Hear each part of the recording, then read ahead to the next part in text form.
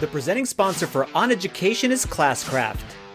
We're excited to announce Classcraft's new story mode, which makes it easy for educators to harness the power of stories. Episodes 1 and 2 of Season 1 are ready for you and your students to play today, and it's completely free. To learn more about Classcraft and the new story mode, simply visit classcraft.com/oneducation. Romeo and Juliet, this is not like some trite little thing. Like, this is sex, this is drugs, this is gang activity. Like, this is going to rock your world.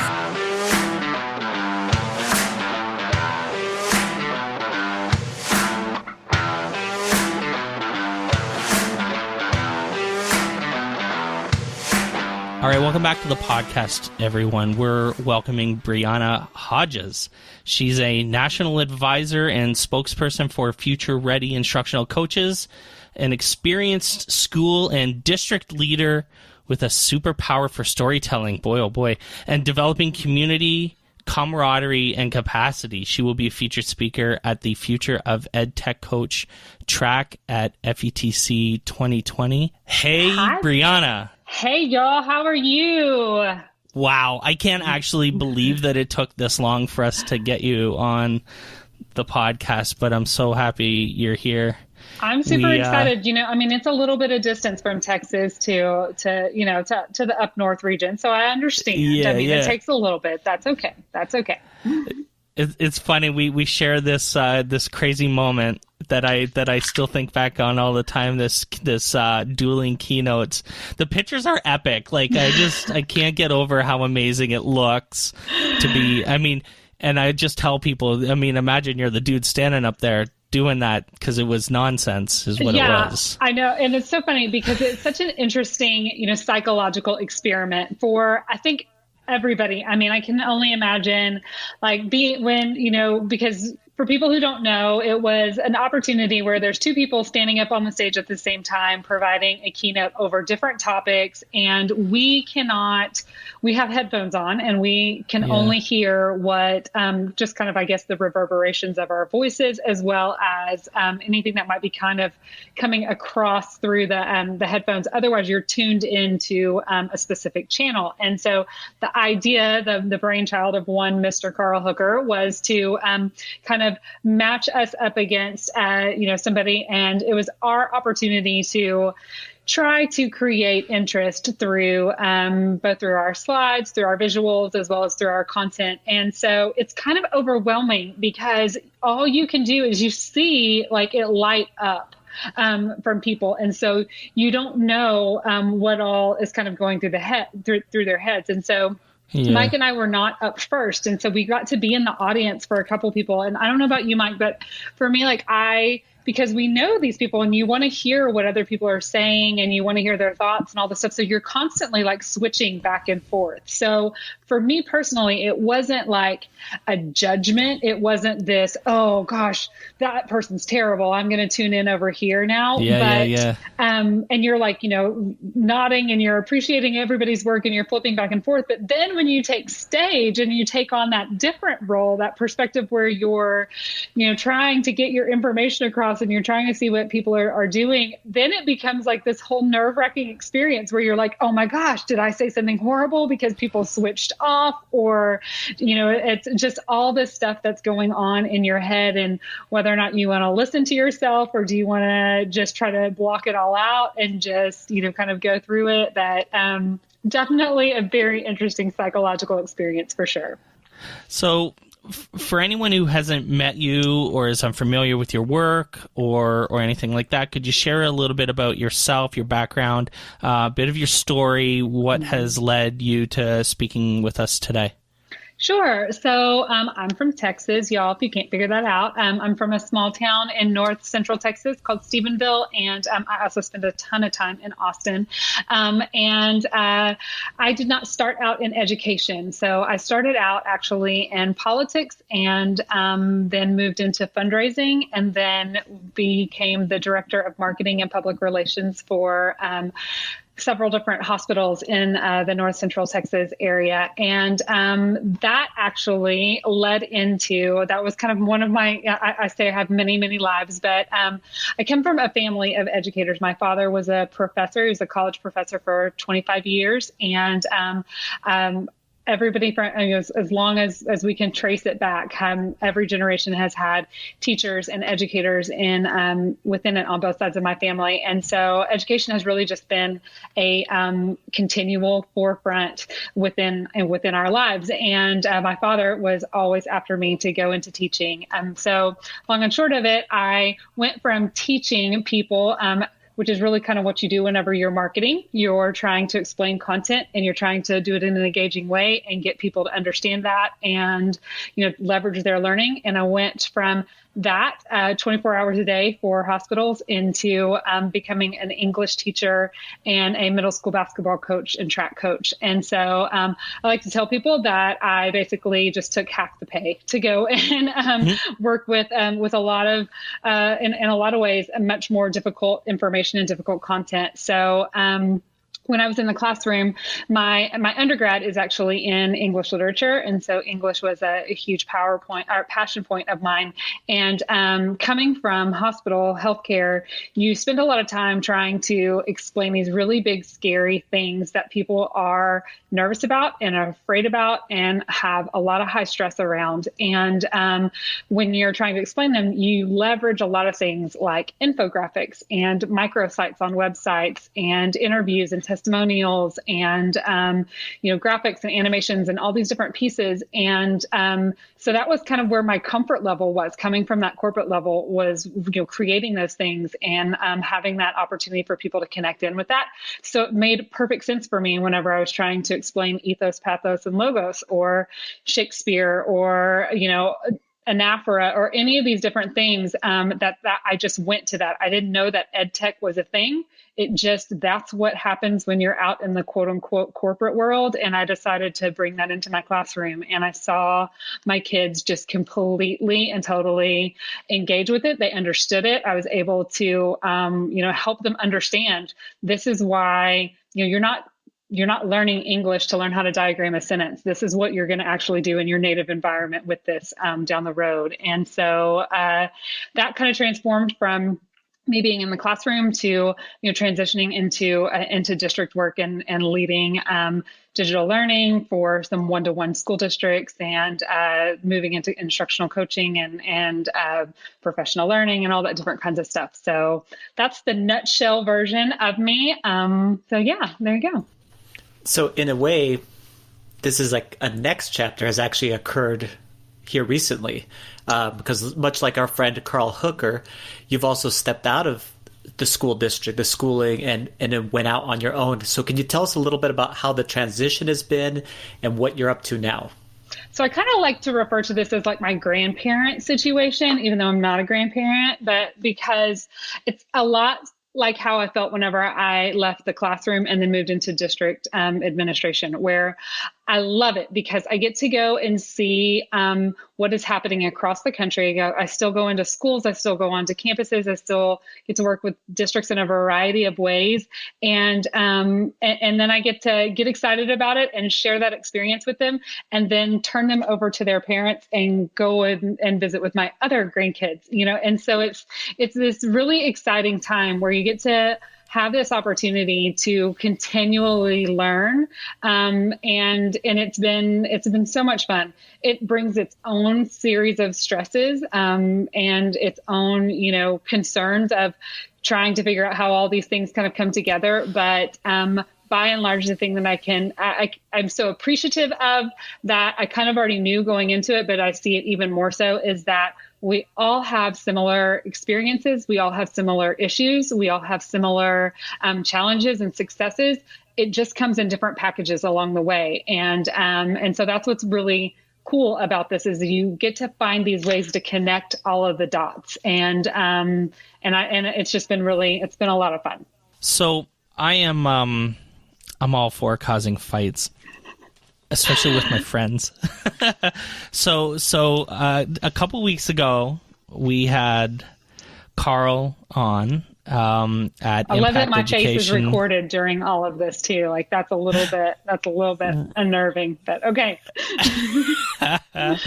And he referenced a debate that you two have had every once in a while, and then that he referenced in the show and talked his position, and then you weighed in on Twitter, which was awesome. We were totally wanting that to happen, about the differences between teaching adults and teaching children.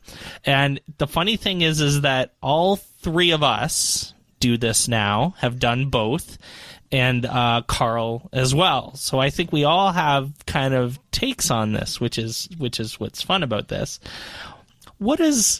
I'm going to ask it this way: what does Carl get wrong here, and what's your take? Well, thank you for the opportunity to have this conversation, because I do think it's one that's really interesting.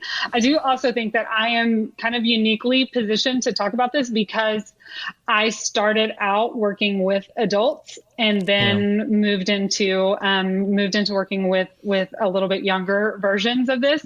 And so talking about this, you heard my story. Like I basically utilized a lot of the same skill sets that I used with my adults with my middle school students. So with my 13, 14, 15-year-old kids. And I do also think, in his defense, and we've talked about this as well, is that it is different working with secondary students. I think you have a different bag of tricks than you do whenever you're working with your younger students as well. And so I think we have different perspectives that we come at that with. So just kind of giving some little caveats as we go through that.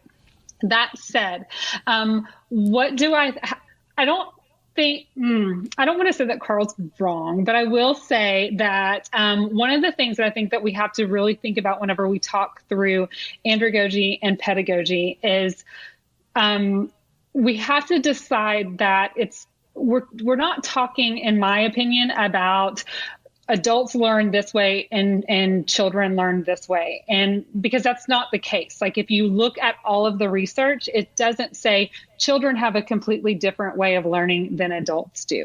I think the challenge that comes at it is that when we talk about andragogy and pedagogy, we misuse our words a little bit. And I think that what's important to remember is that learning happens regardless of your age or stage based off of experience.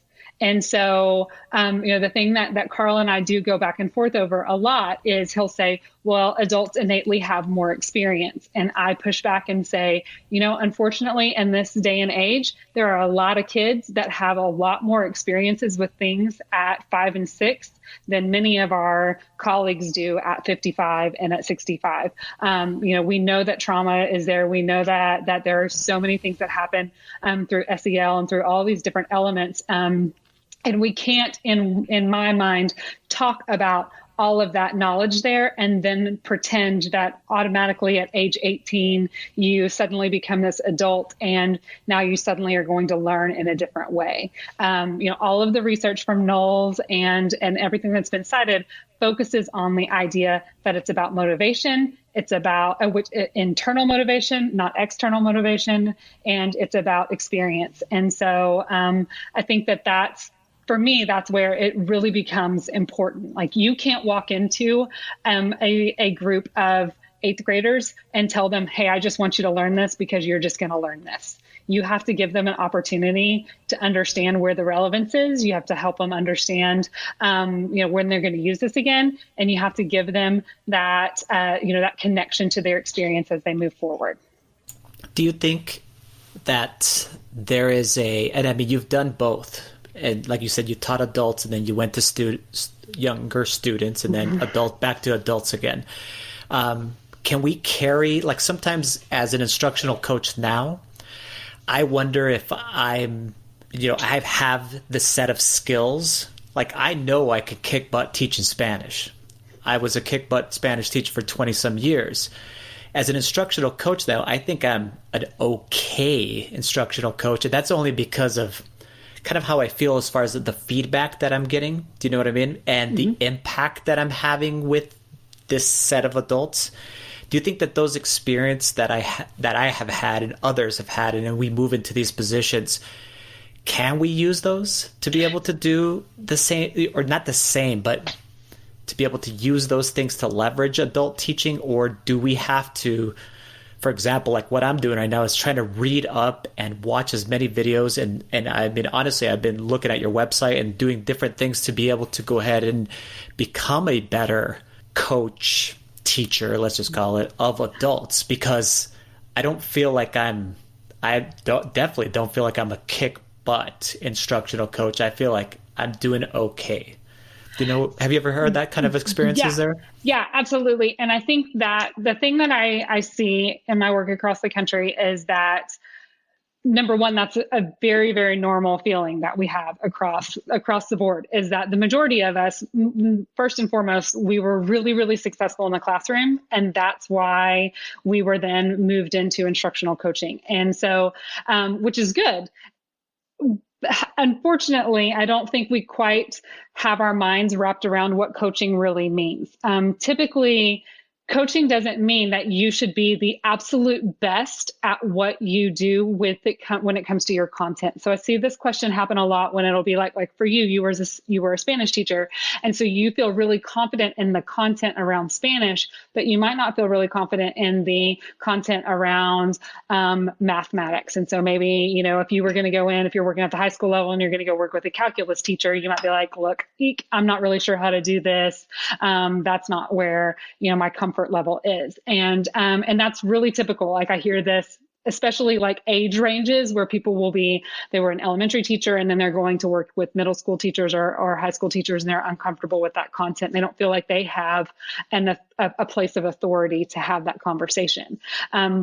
So in my mind, the challenge is that we are not there to actually teach our teachers to be better at their content.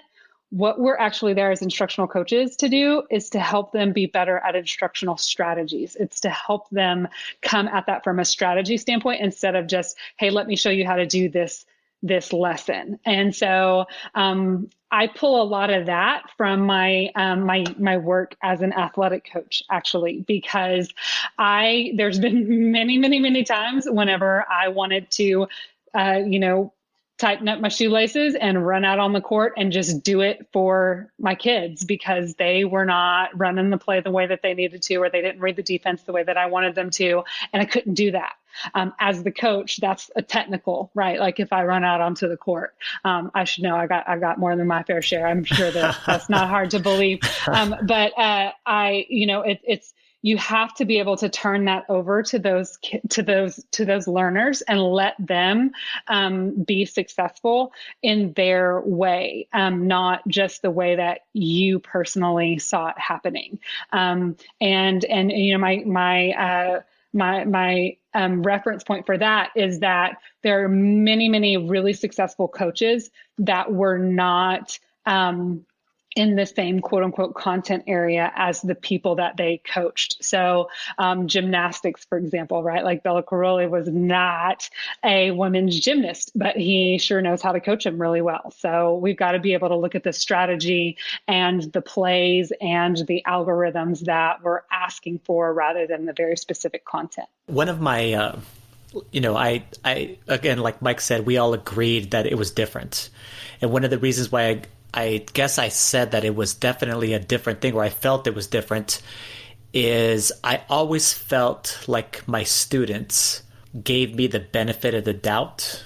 Do you know what I mean? In other words, as I walked in first day, whether or not they were engaged in school or they hated school or their previous experiences or whatever it might be, and I taught high school kids, I always felt like I had an opportunity to be able to hook them, right? Mm-hmm. And with adult learners, I don't feel like I have the opportunity to hook all of them. And it's maybe because of some specific skill sets that I'm missing. And I was going to say, I think if you were honest, you would also have made a very interesting addition to your description whenever you talked about the adults versus the students, because your students, you were like, they gave me the benefit of the doubt.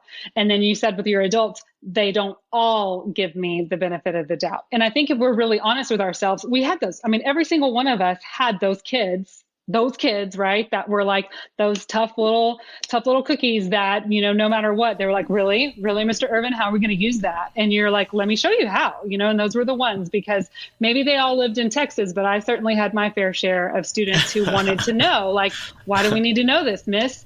And the minute that, and I will never forget, people have heard me tell this story so many times. My very first year teaching, the 8th grade boy who asked me, why do we need to know this? And said it in the little 8th grade, snarky way. And he didn't mean it snarky. Like, he truly wanted to know. And that's, honestly, that's the key to implementation. I mean, I've been the person who has gone from, I was at a school district where we went from no tech to 1-to-1. And I was the person who stood in between that, and literally was the person who stood in front of a group of high school teachers and said, why do you, how are you going to be this teacher? And I had a teacher who wrote, I have no idea why, and I don't know why I should care. And that moment was that aha moment of, you know what, you're exactly right, because I have to give you a reason and a rationale behind why we're doing this. And you've got to be able to own that, not just you do it because I say you're doing it. Because you can't walk into your classroom and tell them you're going to learn Spanish without them having a reason behind that. You probably had, again, maybe they all live in Texas, but you probably had some very compliant students who came, showed up every single day, did their work, but never learned a bit of Spanish. But they were nice about it. They didn't, they weren't kind of, snarky about it. Just like you may have had some who were challenging in those ways. And once you listened to them and thought, oh, you know what, I need to provide this in a way that is relevant for them. There's no silver bullet for relevancy. And we can't talk about having personalization and individualization for all of our learners if we're not willing to acknowledge that our strategies also have to reach different kids in different ways. OnEducation is brought to you by Fidgets. Fidgets are interactive USB sensors that support all major programming languages that make physical computing easy. Fidgets keep the emphasis on coding while increasing student engagement. And the best part is that you can get started for free right now. Simply go to bit.ly/fidgetsOnEducation to get your introductory kit that includes a free sensor worth over $50. That's bit.ly/fidgetsOnEducation.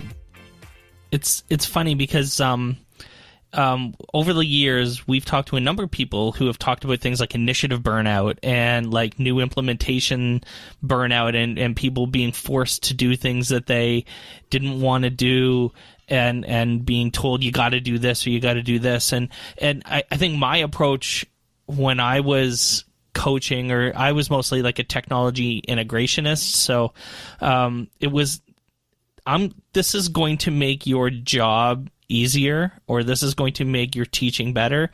And I'm going to show you how that'll work. Now you can take it or leave it, but I want to help you, feel like you're more productive, because one of the biggest fears that my teachers always had was time. Like you're giving me this thing to do now that's going to take up all of my time, and I'm going to go home and think about it, and I'm going to not, spend time with my kids, and then I'm going to come to school and I'm going to be paranoid about it. And I just wanted to make their jobs easier and find the ways to do that with the technology. And Yeah. No, this is super interesting. I love this conversation. Which I think is, and I love that you said that, Mike, because it's one of those, I think that's a very powerful motivator for some people. And if you come to one of my sessions at FETC, where we're going to talk about implementation, we'll talk about, I believe that there are 3 different types of motivators for teachers, especially when it comes to implementation. And one of them is the person who's interested in time and productivity. The challenge with that is that it's like we're at the very beginning of the year, right? And I don't know about you guys, but I went and bought my planner. Actually, I bought 5 planners because I couldn't decide which one I wanted for this year. And that speaks into this challenge of trying to kind of prescribe or mandate or implement or whatever words you want to use for productivity and efficiency, because everybody's going to have a different take on it. And only so many people are actually truly motivated by that, that element. And so it's really interesting, to find that. So I'm not gonna give away just yet what those other two types of teachers are. So you'll have to come in and check it out Totally. at the conference. But what I will also say is that one of the ways that again, because we're at the beginning of the year, and so let's celebrate all of that in its entirety, is that another thing that I like to talk about with implementation is that we end up treating it. I like to kind of connect it to starting a diet plan. So like if it's the beginning of the year and I've decided that we're going to, really take our eating habits by the horns, and we're going to work on this. And I've decided that, my kids haven't, my spouse hasn't, I've just decided that this is what it's going to look like in our house. And so who's the person who's the most invested in this? I am, right? So I'm the one who's going to do all of the research on it. I'm the one who's going to find out all of the strategies, look into the best elements, do the grocery shopping, do all these different pieces, but no one else in my household is actually in. They may be compliant. They may be doing it because I've told them, and they're like, oh yeah, we want to do this, but they're not truly bought in. They're what I like to call that bobblehead mentality. They're like, okay, yeah, sure. The challenge then comes in when I'm out of town. Right. And so then what happens? Like if all of a sudden, my kids have to pack their own lunch and they're not there to like pull the things that I've done for them, are they going to make the right choices? Is my spouse going to make the right choice of the quote unquote, the right choice of this is what I would have done? And the answer is no matter how good intentioned they are, they're not going to make it because they're not as informed, because they don't have the buy-in that I have. Right. And so I think that's one of those elements that we forget as leaders, is that we may have all the committees that we want to have. We can have all of the, the stakeholder meetings. We can have cross-content conversations. We can have all these district planning things, but we're never going to actually get that true why for each one of the people. And you're not going to have implementation until you have that why behind there. Do you ever talk about, I always feel like, Mike described tech integration. I actually feel that, in the process of, implementation of a one-to-one thing, let's just call it that those first 3 years, people talk about the difficulty of that. It's very tech related. And actually a lot of people are, by people, I mean, a lot of teachers are very receptive to that very low level, entry level usage of devices, etc., programs, apps, whatever you want to actually call it. We are now 7-8 years down the road in this thing. And now we're talking about the high level usage. It's not about the computer or the specific app. It's about good teaching and pedagogy. That transition between those two things, that's the point that we're at right now. And that's the hard conversations that we're having, when it comes to professional development. People like to live in that space where you teach them 10 ways to use this blah, blah, blah. And you can pull this trick from this thing. We still see it in conferences, it's some of the most popular sessions, because it's not, it doesn't feel like it's going to push you beyond something else to an uncomfortable spot. And right now we are pushing people to these uncomfortable spots because we want them to push themselves as far as to the next level of whatever it is, pedagogically.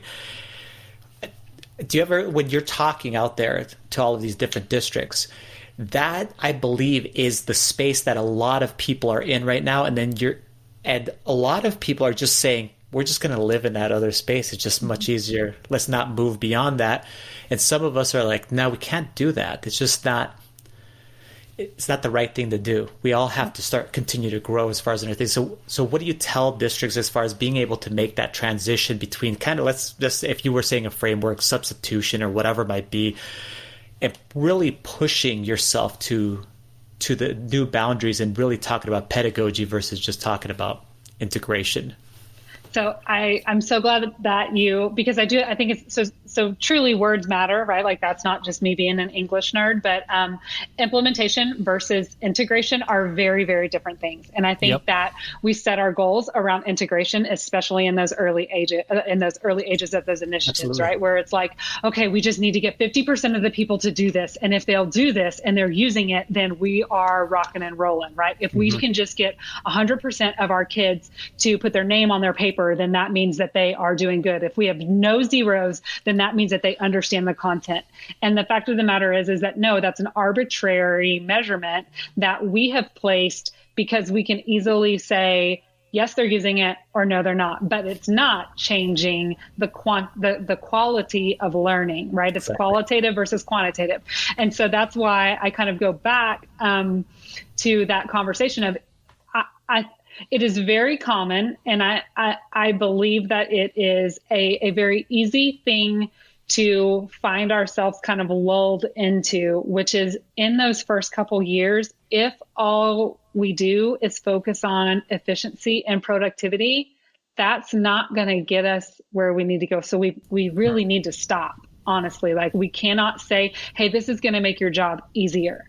What we need to focus on is this is what's going to make learning more, whatever your adjective is, right? Like more engaging, more, wherever you want to go with that, instead of saying this is going to make the job easier for the teacher or for the student. It needs to be that learning that has to be the focus there. And, I see this how like it happened in my district where in one of my districts where we started out, we were like, we just need them to be using it. And we weren't seeing teaching change. All we were seeing is, those online worksheets instead of actual change. And Exactly. It was one of those conversations a lot around, and I'm glad you said substitution. Again, being here in Texas, I have a conversation with them about what happens if if you want to have some sweet tea and you're trying to get rid of your sugar intake, you're trying to be careful about that. You're going to switch it out. If we use the word substitute, if I'm going to use a sugar substitute, I'm expecting that it's going to taste the same.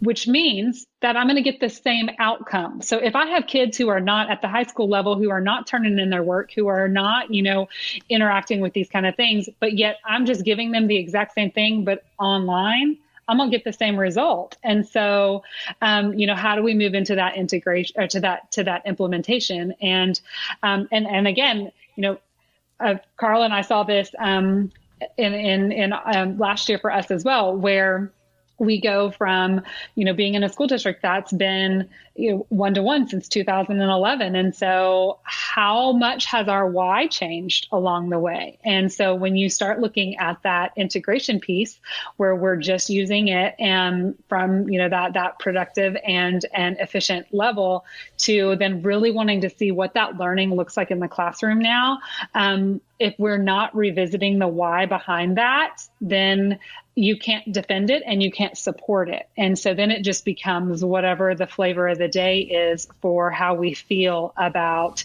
change or how we feel about technology or how we feel about learning, when we really, really need to focus on that experience. So switching gears a little bit, at LearnFest last summer, Carl has always done this poetry slam. That's his thing.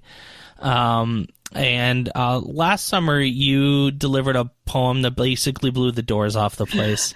Everyone was in tears by the end of it. You had everyone. It was amazing, stunning. And I'm not going to do it justice, but it was basically about women as leaders, and the challenges that presents.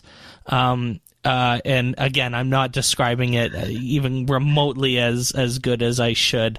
I would love for you to talk about that poem and your thoughts around it and where it came from and stuff like that. Well, thank you for your very kind words. It was a lot of fun to be able to participate in it. It's not my first time to do the poetry slam, but it was definitely I will say the very first time I did the poetry slam, EdTech poetry slam, I was asked very late in the game, and so Carl was like, "Oh, just make it fun. It'll be great." And so it was very off the cuff and it was very fun. And everyone else were very serious, and I felt like so silly. And so I decided that I was going to bring my game, as the person, as the literature major, like I've really got to make sure that I do that. So I couldn't let the great EAP and Billy Shakes down. Right. So, anyways, it was a really humbling experience to be able to have that opportunity to kind of share experiences and stories. And I'm a big believer that if we want to have equity, we have to have empathy. And so the gateway to empathy is story. If you can't share your experience and you can't tell the story of your experience, other people aren't going to hear that, and they're not going to understand how they can change that experience for other people. And so, so being able to do that through the poem was really important to me. That said, kind of the background on it was, what it's like to, and I'm not saying that this is a unique experience to women, but speaking as a woman, it's definitely something that I'm more familiar with that experience, which is the pressures that society puts around appearance, the judgments that are made around appearance, both for women and for men within our society. So basically, what happens when people walk into a room, and what are all of the assessments that are made about you based upon what you look like? And I'm a pretty tall person, and have always have been pretty tall. And so I've had that challenge of being taller than the men that I've worked with. And what does that look like, and what does that mean, especially when you add in being from the South and a lot of the draws and the y'alls and the politeness and the things like that. What does that look like? And so so I talked a little bit about that, and unfortunately, I think that, again, it's not necessarily something that is limited to women feel this way and men feel this way. I think that that we as women put just as many eggs in that basket, if you will, and make a lot of harsh judgments off of what people look like, what women look like. We decide they're either going to be nice, or they're going to be catty, or they're going to be, all these different adjectives off of that appearance and how intelligent you are, and different things that come along that way. And so the poem is really kind of a conglomeration of all of that. The other side of it is it's actually entitled it's entitled Show Pony, and part of that is a nod to what I just said, but it's also, I said that my father was a professor for 25 years. So my dad passed away 7 years ago. He was a professor of animal science. So he was really, really well known as in the horse field. And so we grew up with horses. I still raise horses. And so there's a lot of reference and analogy to what it's like to be that person that is worked very hard by someone else, and then put into a situation to kind of be shelved and off to the side, and only let out whenever that person wants them to be out, and only to be that face whenever it's appropriate and necessary for that owner to trot that person out there, let them do their thing for their benefit, for the owner's benefit, and then put them away. And so what does that really do for those people who are those horses in those situations? Crazy. It was amazing. It was absolutely amazing to be there. I'm so glad I was. This is the second last question is a doozy, and we spring it on people, but what are 3 pieces of media, be it a book or a movie or a TV show or a YouTube video, whatever, that have shaped your thinking or influenced you or inspired you, or that you're applying right now and you could recommend to our listeners? Well, I have to say this simply because Carl will just roll his eyes and we'll just die. But one of my favorite books that I do like to talk about, in addition to anything by Brene Brown, because number one, I mean, we're both from Texas. We both graduated from the University of Texas. And so we're basically the same person, right? So we're going to just let that be a freebie. So anything that comes in through there. But the nice. Second one that I utilize a lot and I reference a lot is Creativity Inc. by Ed Catmull. And so if you haven't had the opportunity to read it or to listen to the Audible version or whatever the case is, I truly think there are so many great takeaways from that book, just from thinking about thinking differently and how do we use this world that we are truly creating every single day in new and different ways and inspire people to keep creating. So there's some really great management and leadership techniques and insight in there. And truly, Carl, every other day I would say, if you would just, because I couldn't get him to read it. So you guys are going to have to ask him next time you see him. Anybody who's listening out there, please, if you see Carl Hooker, ask him if he's got Creativity Inc. and if he's read it, and then ask him for his favorite quotes from it, because I'm sure he'll just absolutely love that. But so yeah, that's a big one for me. Let's see. It's really, that's a big doozy of a question. Like you didn't even help me like prepare for that. Now I'm supposed to rattle all of these things off of the top of my head. I am hugely influenced by, and I know this is going to be really trite, and I completely understand that, but I am hugely influenced by Shakespeare. Part of that is because he was a great commentator of what was happening in his life and what he saw. And I think that unfortunately we've changed how that's represented in our day and age now. We took what was meant to be something that was performed and seen, and we've made that be kids need to read this, and that has distanced the experience of it. And so I think if you look at it and you really start to look at all of the historical inferences and the wordplay and the descriptions and the engagement and a lot of the political commentary that he presented in his work is just so impressive to me. And then to take some of those pieces and apply them into our world today. One of the things that I like to say is that I believe that every single person is three things. Number one, every single person is an educator, because we're always taking our information and we're trying to get other people to understand it. Every single person is a marketer, because you're taking your information and you're trying to get people to like and to buy into what it is that you're doing. And then lastly, every single person is a storyteller. And so taking those experiences and sharing them in a way that people remember and hold on to.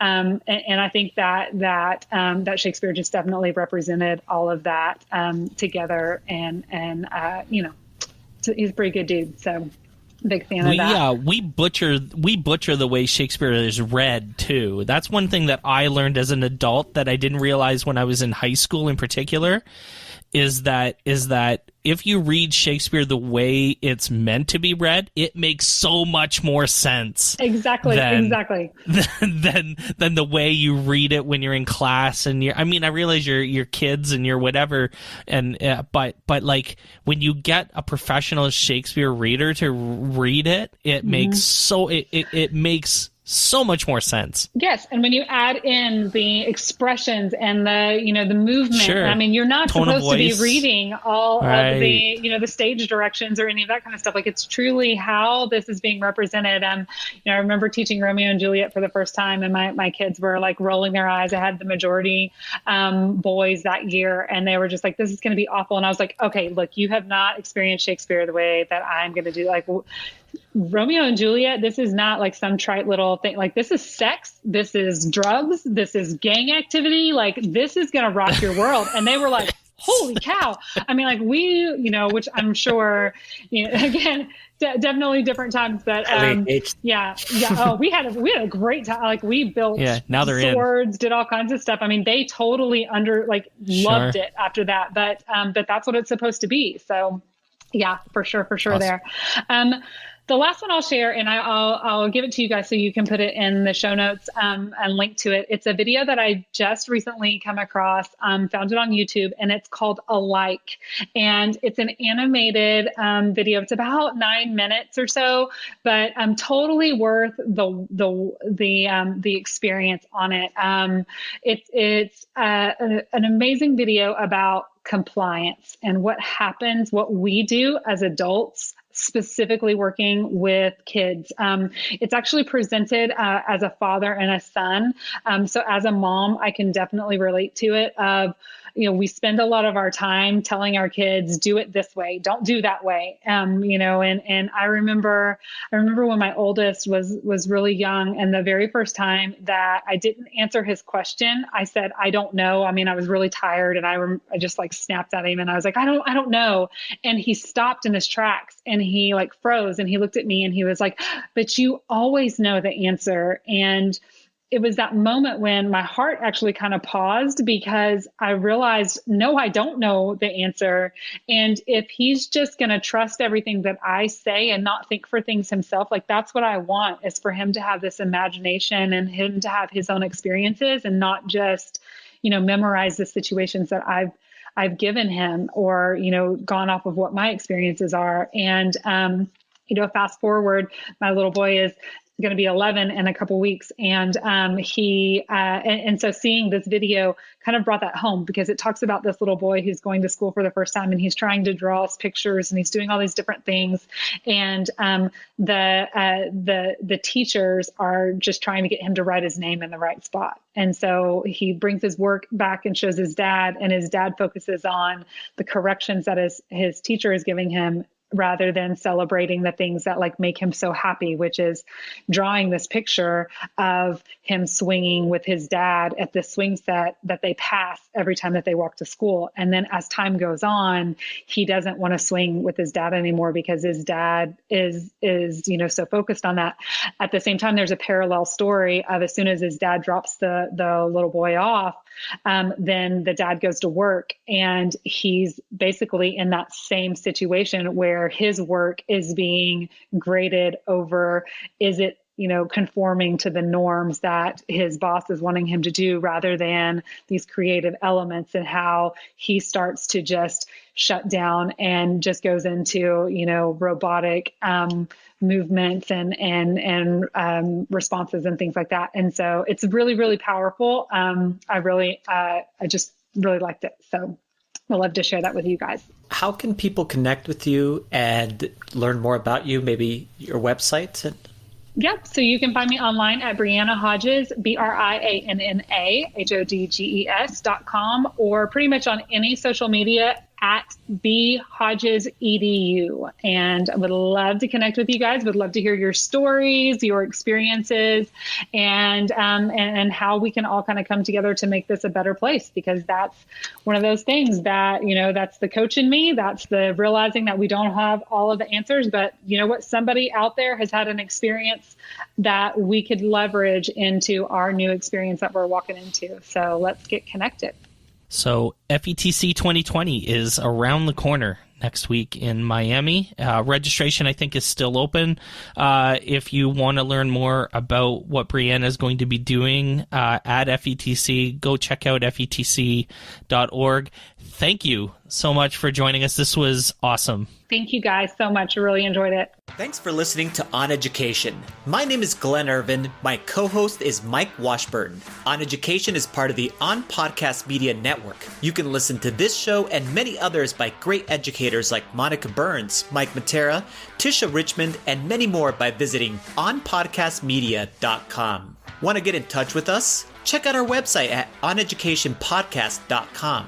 You can tweet us at OnEducationPod. Mike is at Mr. Washburn on Twitter, and I can be found on Twitter at IrvSpanish. You can find us on Facebook by visiting facebook.com/OnEducationPod. We're also on Instagram at OnEducationPod. If you're enjoying the show and think others would too, we would be thrilled if you shared it with them.